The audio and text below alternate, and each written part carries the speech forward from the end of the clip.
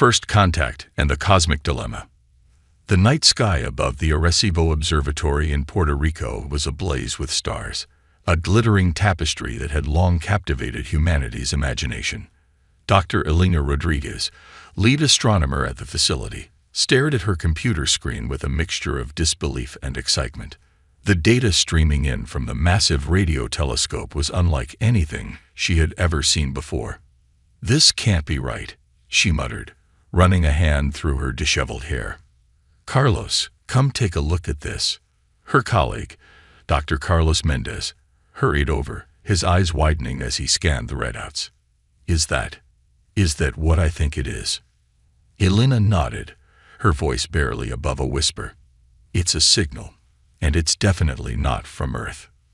The next 48 hours were a whirlwind of activity. As news of the alien signal spread, the scientific community went into overdrive. Observatories around the world trained their instruments on the source, confirming Elena's discovery. The signal was artificial, complex, and unmistakably extraterrestrial. But it wasn't just a hello from the cosmos. It was a cry for help. As linguists and cryptographers worked tirelessly to decipher the message, a picture began to emerge. An alien vessel, damaged and adrift in the outer reaches of our solar system, was calling for assistance. The crew was in stasis, their life support systems failing. They had days, maybe weeks, before their ship became their tomb. The revelation sent shockwaves through human society. Social media exploded with theories, hopes, and fears. Religious leaders debated the theological implications of alien life.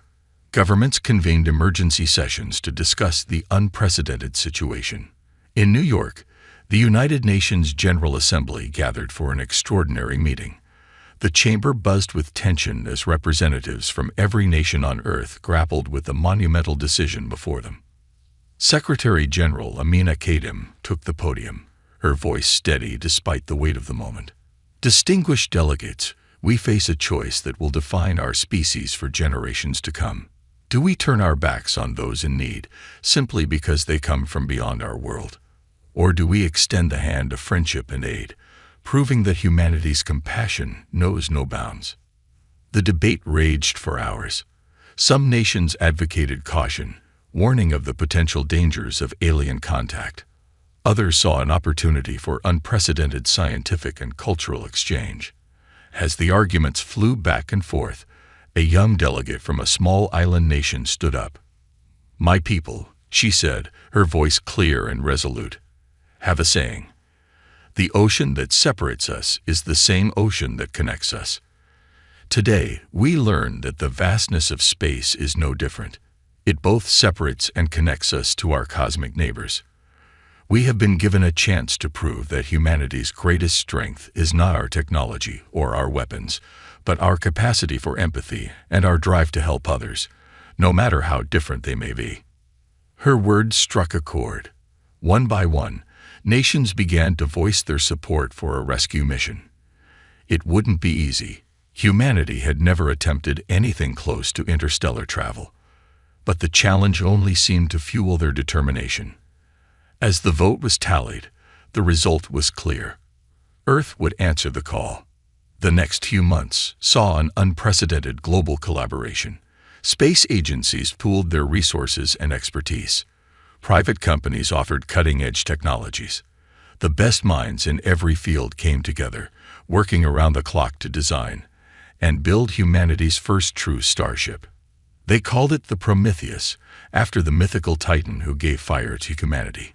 It was a marvel of engineering, incorporating the most advanced propulsion, life support, and communication systems ever devised. Its mission: to reach the stranded alien vessel, render aid, and bring its crew safely back to Earth. As the launch date approached, a palpable excitement gripped the planet. Millions gathered at viewing sites around the world, while billions more watched on screens at home. In mission control, Elena and Carlos joined the international team of scientists and engineers who would guide Prometheus on its journey. The countdown began. 10, 9, 8. Elena closed her eyes, thinking of all the sleepless nights, the countless simulations, the arguments and breakthroughs that had led to this moment. 3, 2, 1. The roar of the engines drowned out the cheers of the crowd. Prometheus rose on a pillar of fire, climbing higher and higher until it was just a bright spark against the blue sky. As the ship broke free of Earth's atmosphere and set course for the unknown, Alina felt a surge of pride and hope. Whatever challenges lay ahead, humanity had taken its first real step into the cosmic community. They were no longer just observers of the universe. They were active participants. The rescue mission had begun, and with it, a new chapter in human history. The rescue mission.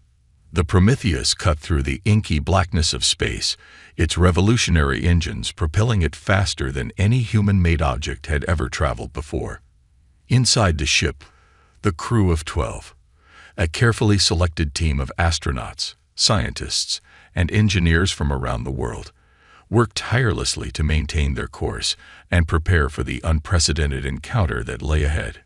Captain Yuki Tanaka stood on the bridge, her eyes fixed on the holographic display that showed their trajectory. 2 months into their journey, and they were already beyond the orbit of Neptune. It was exhilarating and terrifying in equal measure. "Status report," she called out, her voice calm despite the butterflies in her stomach.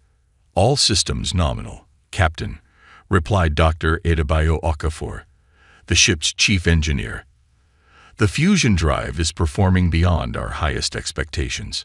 At this rate, we'll reach the target coordinates in approximately 3 weeks." Yuki nodded, allowing herself a small smile. So far, the mission was proceeding smoothly. But they all knew that the real challenges lay ahead. No amount of training or simulation could fully prepare them for what they might find.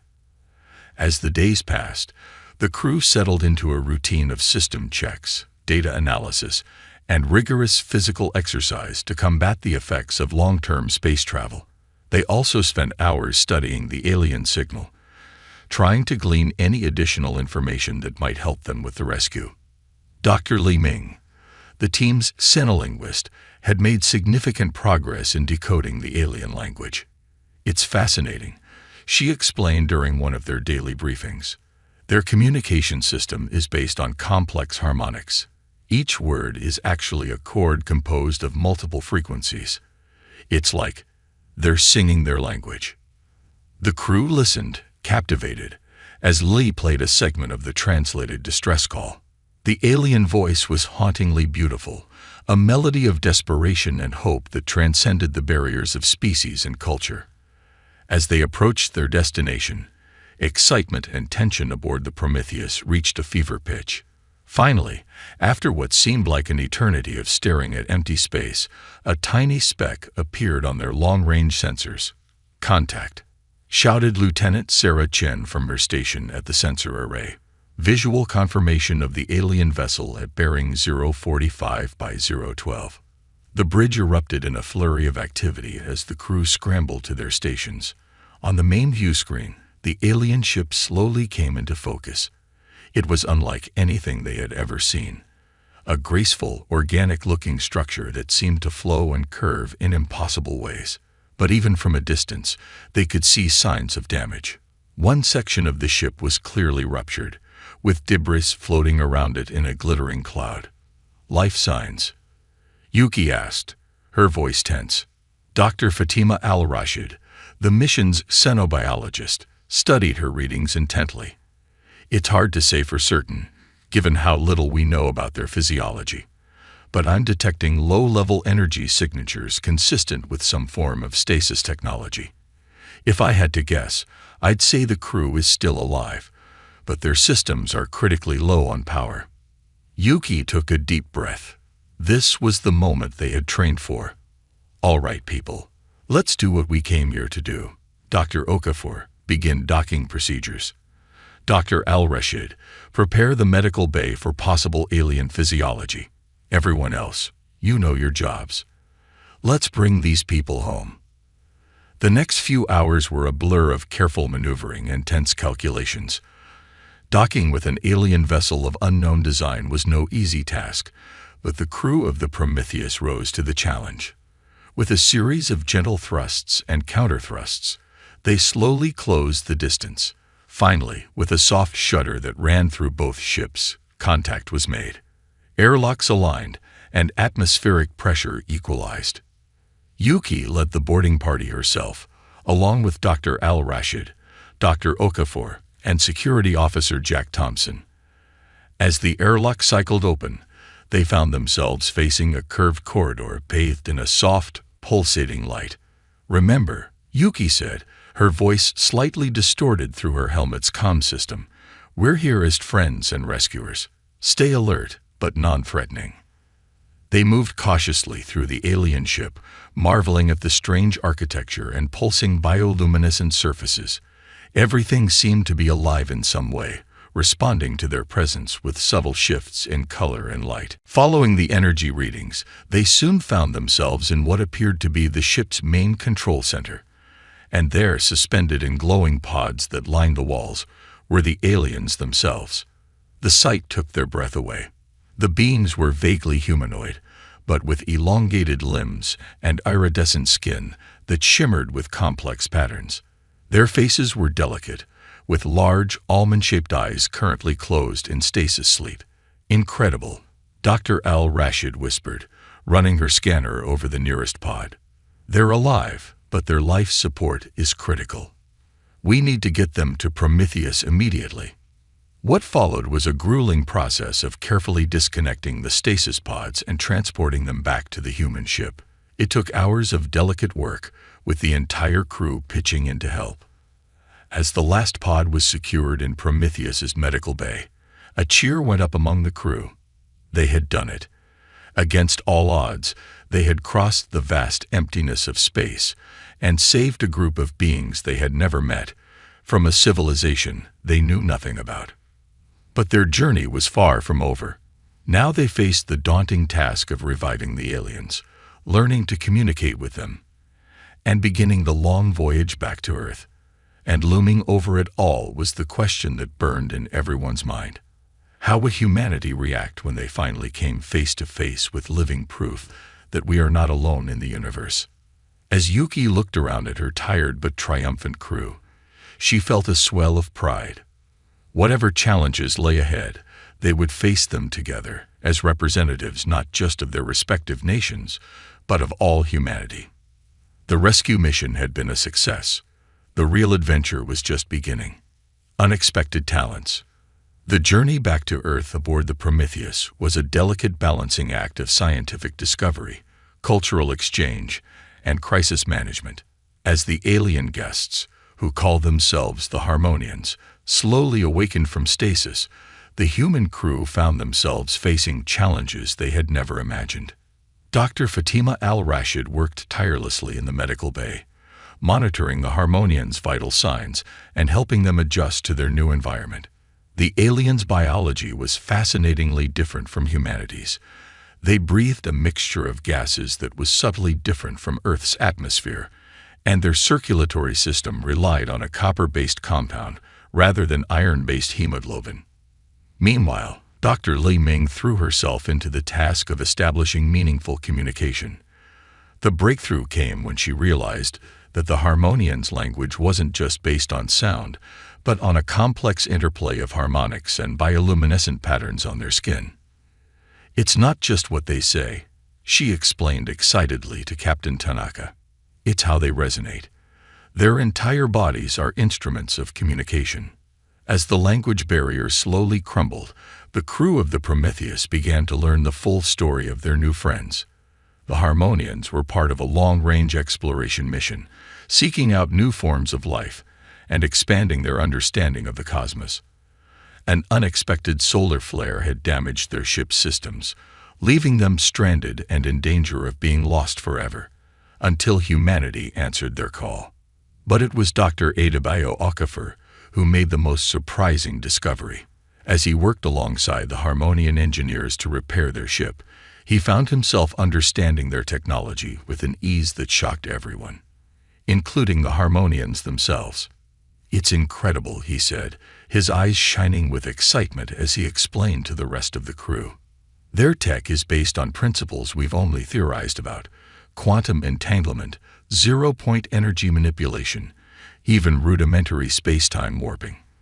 But somehow, it all just makes sense to me. It's like I can see the underlying patterns, the music of the machinery. The Harmonians were equally astonished. Through their newly established communication channels, they expressed amazement at humanity's intuitive grasp of advanced concepts. What had taken their species centuries of development seemed to come naturally to humans. Vestra, the leader of the Harmonian expedition, conveyed their thoughts to Captain Tanaka. Your people possess a unique talent, a harmony of analytical thinking and creative intuition that we have rarely encountered. You see connections where others see only chaos. This revelation led to an unprecedented exchange of knowledge and ideas. The humans shared their history, culture, and technological development, while the Harmonians offered insights into the wider galactic community and the advanced sciences they had mastered. As the weeks passed and Earth grew larger in their view screens, news of humanity's newfound talent spread through the Harmonians' subspace communication network. Other alien species, intrigued by reports of this young race's unusual abilities, began to take notice. The Prometheus received its first extragalactic hail just days before reaching Earth orbit. A merchant vessel from a species known as the Scathol requested permission to rendezvous. Their ship had suffered damage to its navigational systems, and they had heard that humans possessed an uncanny knack for repairs. Unexpected talents. Captain Tanaka, after consulting with her crew and their Harmonian guests, agreed to the rendezvous. It would be humanity's second first contact in as many months, a historic moment that filled everyone aboard with a mixture of excitement and trepidation. The Scathol ship was a stark contrast to the organic curves of the Harmonian vessel. It was all sharp angles and gleaming metallic surfaces, bristling with sensors, and what looked suspiciously like weapon ports.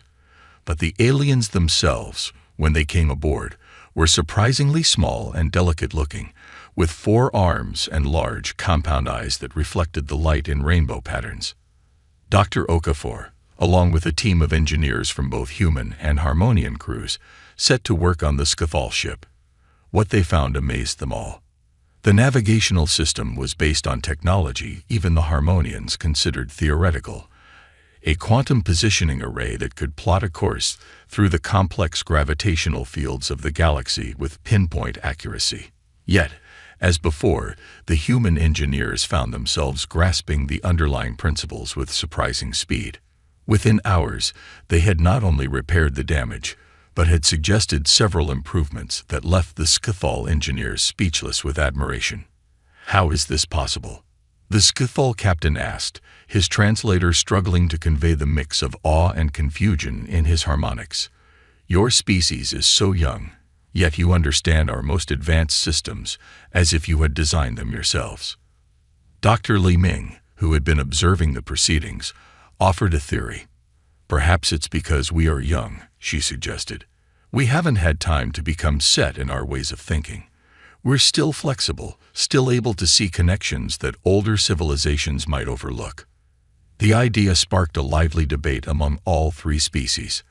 The Harmonians and Scathol shared stories of other young races they had encountered, each with their own unique talents, but none, they agreed, had shown quite the same aptitude for understanding and adapting to new technologies as humans. As they talked, a new idea began to take shape, one that would have profound implications for humanity's future in the galactic community. Your people, Vestra of the Harmonians said, her skin pulsing with patterns of excitement, could become invaluable as innovators and problem solvers throughout the galaxy. Many species specialize in particular fields, but few can adapt and understand such a wide range of technologies and concepts. The Scathol captain nodded in agreement, his antennae quivering. We would gladly trade for such services, and I know many others who would do the same. Captain Tanaka listened to all this with a growing sense of both pride and responsibility. We would be honored to share our skills, she said carefully. But we're still learning about the wider galaxy ourselves.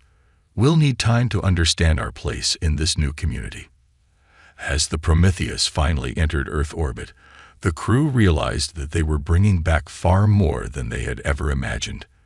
They had set out to perform a rescue, and in doing so, had opened the door to humanity's future among the stars. The next few weeks were a whirlwind of activity. As news of the successful mission spread, Earth erupted in celebration. The arrival of not one but two alien species captured the world's imagination. Governments scrambled to establish protocols for interstellar diplomacy, while scientists and engineers from every nation clamored for the chance to study the alien technologies. But it was the revelation of humanity's unexpected talent that caused the biggest stir. The idea that humans possessed a natural aptitude for understanding and improving advanced alien tech sent waves of excitement through scientific and business communities alike. Visionaries already began to dream of a future where Earth could become a hub of innovation and problem-solving for the entire galaxy.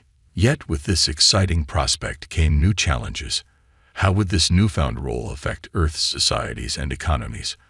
How could they ensure that this gift was used responsibly, for the benefit of all humanity and their new galactic neighbors? As the crew of the Prometheus watched their home planet grow larger in the viewscreen, they knew that their journey had been just the beginning.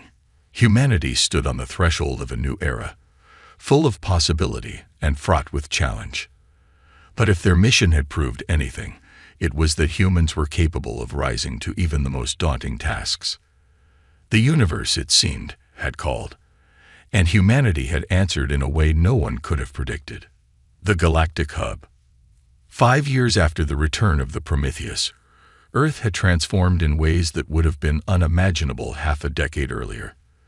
The planet had become a bustling hub of interstellar activity, a crossroads where dozens of alien species came to trade, share knowledge, and seek out human expertise. The former Cape Canaveral, now expanded and renamed Starport Alpha, had become the primary link between Earth and the stars. Massive ships from across the galaxy docked at the orbital stations that ringed the planet, while smaller shuttles ferried visitors and goods to and from the surface. Dr. Elena Rodriguez, whose discovery of the original distress signal had set this all in motion, now found herself as the director of the newly established Galactic Exchange Institute. From her office overlooking the bustling spaceport, she marveled at how far humanity had come in such a short time. Dr. Rodriguez, her eye assistant's voice interrupted her reverie. "Your 2 o'clock appointment is here." The Vorlaxian trade delegation. Elena smiled. The Vorlaxians were a species known for their complex biotech, and they had traveled halfway across the galaxy to consult with human experts on a particularly thorny problem involving their neural interface systems. As she made her way to the conference room, Elena passed a group of young human interns clustered around a holographic display. They were excitedly discussing the finer points of Scathal warp field geometry with a patience and understanding that still amazed their alien mentors. The meeting with the Vorlaxians went well, as most such consultations did these days. Human insights, combining intuitive leaps with solid scientific grounding, had once again helped to crack a problem that had stymied an older, more technologically advanced civilization. As Elena saw the delegation off, she couldn't help but reflect on the changes that had swept across human society. The influx of alien knowledge and technology had sparked an unprecedented boom in scientific advancement and economic growth. New industries had sprung up overnight, focused on adapting and improving alien tech for both terrestrial and extraterrestrial markets. But it wasn't just Earth's technology that was evolving. The constant interaction with a myriad of alien cultures had led to a renaissance in art, philosophy, and social structures. Humanity was growing, learning, and adapting at a pace that astonished their new galactic neighbors. Yet, as with any period of rapid change, there were those who viewed these developments with concern. Later that evening, Elena found herself in a heated debate with her old colleague, Dr. Carlos Mendez, who now headed a think tank focused on preserving human culture in the face of galactic influence. "We're losing ourselves, Elena," Carlos argued passionately. "Our cities are becoming unrecognizable. Our children are learning alien languages before they master their mother tongues. At what point do we stop being human and become something else? Alina sighed. It was an argument she had heard many times before, and she understood the fear behind it. Change doesn't mean loss, Carlos, she countered. Yes, we're evolving, adapting. But isn't that what humanity has always done? We're not losing our identity. We're expanding it. We're becoming citizens of the galaxy while still remaining uniquely human. Their debate was interrupted by an urgent call. A Harmonian ship had arrived in orbit, bearing news that sent shockwaves through the human and alien communities alike. A virulent plague had broken out in a densely populated sector of the galaxy, affecting multiple species and defying all attempts at containment or cure.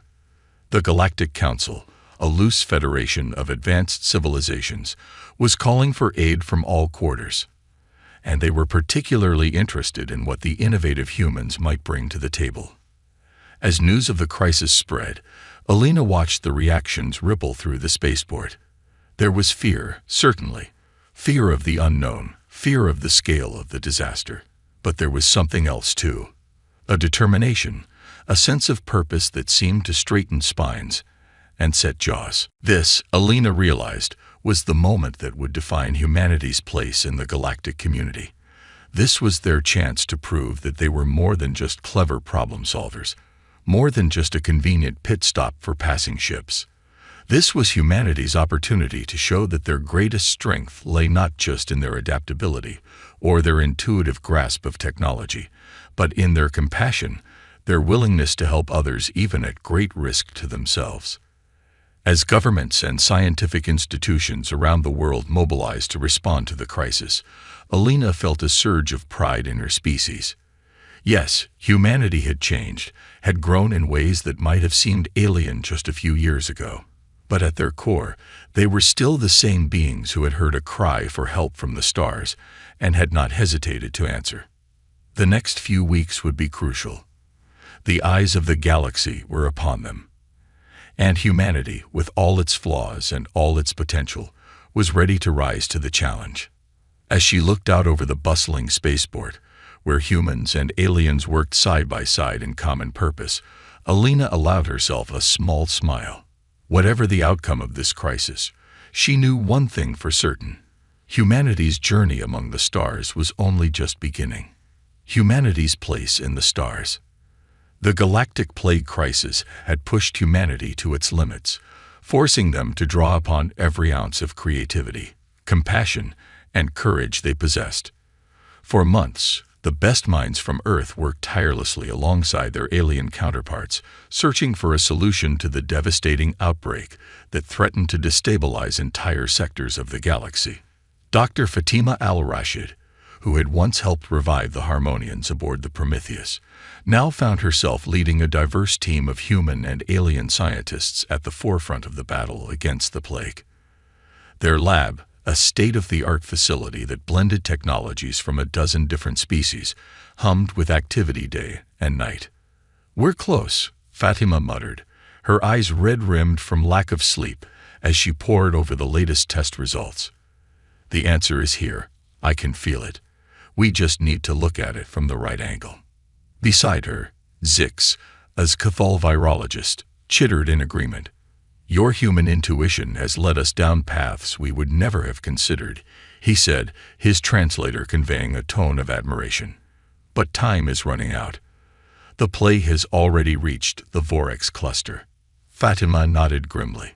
The Orcs cluster was home to some of the oldest and most advanced civilizations in the known galaxy.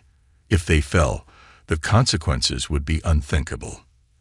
As if on cue, the lab's communication system crackled to life. The holographic figure of Captain Yuki Tanaka, now Admiral of Earth's fledgling interstellar fleet, appeared before them. "Dr. Al-Rashid, we've just received word from the Galactic Council," Yuki said, her face grave. "The situation in the Orcs cluster is worse than we thought. They're considering implementing the Omega Protocol." A chill ran through the lab.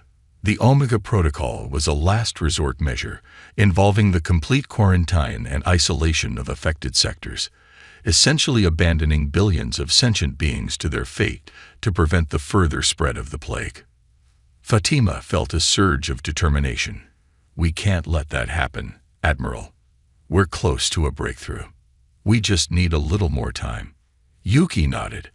"I'll do what I can to buy you that time. But be ready for anything." Tanaka out. As the hologram faded, Fatima turned to her team, a fire in her eyes. "All right, everyone. We got one last shot at this. Let's think outside the box. What haven't we tried yet?" What followed was a frenzy of activity, a melding of minds across species barriers. Humans, with their unique ability to draw unexpected connections, worked in perfect synergy with their alien counterparts, each bringing their own specialized knowledge and perspectives to bear on the problem. And then, in a moment that would be remembered for generations to come, the breakthrough came from the most unexpected source.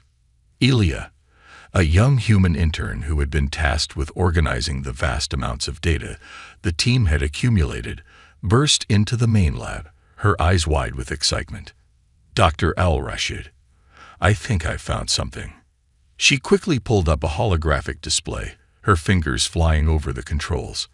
"I was looking at the plague's genetic structure, trying to find patterns, and I realized it's not just a virus. It's a song." The lab fell silent as Elia explained her discovery. The plague's RNA sequence, when mapped to auditory frequencies, produced a complex harmonic structure eerily similar to harmonian communication patterns. "It's not just killing," Elia said breathlessly. "It's trying to communicate. And I think I know how we can answer it." What followed was a flurry of activity as the team worked to verify Elia's theory and develop a response. They created a counter-melody, a genetic sequence that would interact with the plague virus, not to destroy it, but to complete its song and render it harmless. As the first trials showed promising results, news of the potential cure spread like wildfire through the galactic community. Ships from every corner of known space converged on Earth, ready to distribute the treatment as soon as it was ready. The day the cure was officially announced, celebrations erupted across the galaxy.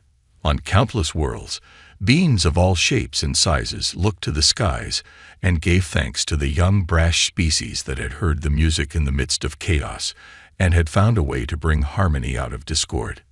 In the aftermath of the crisis, humanity's place in the galactic community was solidified. They were no longer seen as mere upstarts or convenient problem solvers, but as equals, valued for their unique perspectives and their indomitable spirit.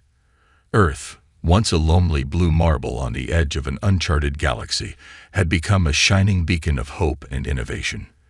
The steady stream of visitors became a flood as more and more species sought to learn from and collaborate with humans. As Dr. Elena Rodriguez stood on the observation deck of the newly completed Galactic Embassy in New York, watching ships from 100 worlds glide across the sky, she reflected on the incredible journey that had brought humanity to this point. "We've come so far," she murmured, almost to herself. Besides her, Ambassador Vestra of the Harmonians hummed in agreement, her skin shimmering with patterns of joy and pride. "And yet, my friend, I suspect your journey is only beginning. The universe is vast and full of wonders, and if there's one thing we've learned, it's that humanity will always find a way to surprise us." Elena smiled, her gaze fixed on the stars that now seemed so much closer, so much more full of promise. "Well then," she said, "I guess we better get started. After all, we've got a whole galaxy to explore." As night fell over Earth, the planet glowed with the lights of a civilization that had found its place among the stars. Humanity had faced its greatest challenge and had emerged stronger, wiser, and more united, not just with each other, but with the vast, diverse family of galactic life. The universe, in all its infinite wonder, awaited, and humanity, with its unique blend of creativity, courage, and compassion, was ready to embrace whatever adventures lay ahead. The end was just the beginning.